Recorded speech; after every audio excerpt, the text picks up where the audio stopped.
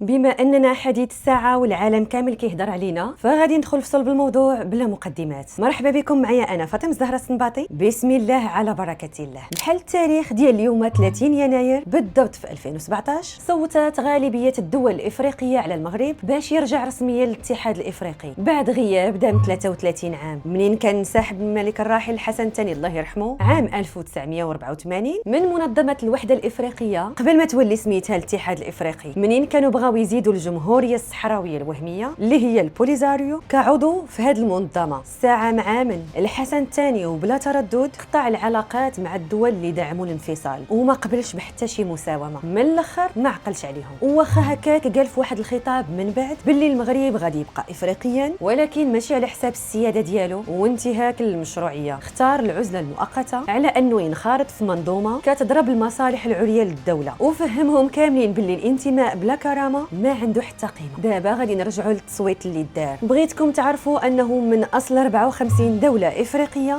39 منهم بغاو المغرب يرجع، 6 ديال الدول امتنعوا او بقاو محايدين او لا ما كانوش نهار التصويت، والتسعود اللي بقاو كانوا ضد هذا القرار. وما تحتاجونيش نقول لكم على الدوله اللي كانت معارضه بشده واللي ماشي غير صوتات ضد المغرب يرجع وبس، لا عارضات وبغات تنوض البلبله داخل القمه. جاره السوء جمهوريه الجزائر اللي بلانا بها الله واللي من زمان كانت كداعم جبهه البوليزاريو وكانت خايفه لا يرجع المغرب ويعزز النفوذ ديالو داخل الاتحاد ويضغط عليهم على قبل ملف الصحراء. واخا الجزائر اللي كانت دعمتها جنوب افريقيا اللي حتى هي صوتات ضدنا ومن بعد ندمات، الا ان هذه المعارضه ما منعاتش المغرب انه ينضم مره اخرى للاتحاد الافريقي. اغلبيتهم كانوا كيشوفوها باللي غير عوده دبلوماسيه، ولكن هو رجع باش يبدل قواعد اللعبه نعم السي. كل شيء كان محسوب. المغرب رجع شريك في القاره، عنده استثمارات، عنده ابناك، شركات، طرقان، موانئ وطاقات متجدده، والحمد لله استقرار سياسي في محيط متقلب. هذه الاستراتيجيه الملكيه زعزعات ليا بزاف ديال الدول الافريقيه اللي لقاو راسهم قدام بلاد كتهضر بالارقام، ومن هنا بان التوتر اللي ما كانش باين في الاول حتى بدا كيخرج شويه بشويه مع كل انجاز جديد كنحققوه. والمشكل راه ماشي في نجاح المغرب، المشكل هو انه كينجح بسرعه تبارك الله. هاد السرعه هي اللي استفزاتهم. حتى كيفاش حنا خصنا 30 ولا 40 عام باش نديروا خطوه واحده وشوف تشوف، والمروك دار 10 ديال الخطوات في مده قصيره.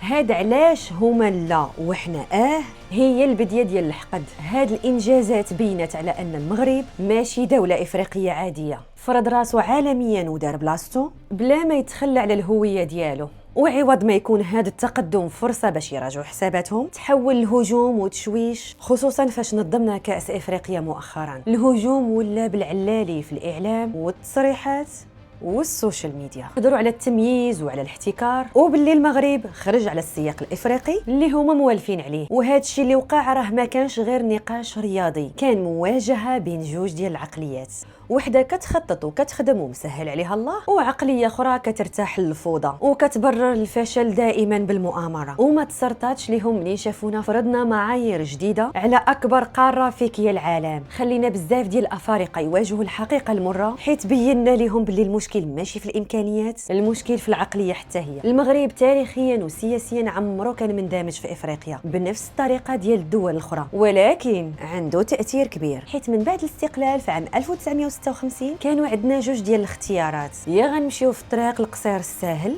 اللي يقدر يخرجنا في الحيط، ولا الطريق الطويل اللي شابع صعوبات وتحديات ولكن كيوصل بعيد. وداك الشيء اللي كان. البلاد اختارت الاستمراريه، اختارت تبني مؤسساتها خطوه بخطوه واخا القضيه ما كانش سهله. وهذه الخصوصيه هي اللي كتفسر التوتر اللي تحول لحقد. وبزاف ديال الكتاب والمؤرخين المغاربه والاجانب هضروا على هذه النقطه، بحال عبد الهادي التازي وجاك بيرك، ارنست جلنر، محمد القبلي وعبد الله العروي، اللي كان قال في واحد البرنامج على القناه الاولى عام 2005 باللي المغرب جزيره والسكان ديالها خاصهم يتصرفوا على هذا الاساس. وكاس افريقيا 2025 كشف الحقيقه، ولينا كاملين كنشوفوا باللي حنا ما نستاهلوش نكونوا في القاره الافريقيه. واخيرا المغرب ما دارش شي حاجه خارقه للطبيعه، دار غير اللي خاصو يدار، خرج من منطق الفشل وعر على الواقع. اللي كيخدم كيزيد لقدام واللي كيهاجم كيبقى في بلاصتو. والسؤال ماشي علاش المغرب ما كيشبهش لافريقيا، ولكن علاش بزاف ما كيشبهوش للمغرب. خليو لي ارائكم في التعاليق، واللي مازال ما اشتركش في القناه يشترك ويفعل الجرس وبارطاجيو الفيديو اللي تاعهم الفائده. نشوفكم في الحلقه الحلقه الجايه ان شاء الله مع موضوع جديد. السلام عليكم.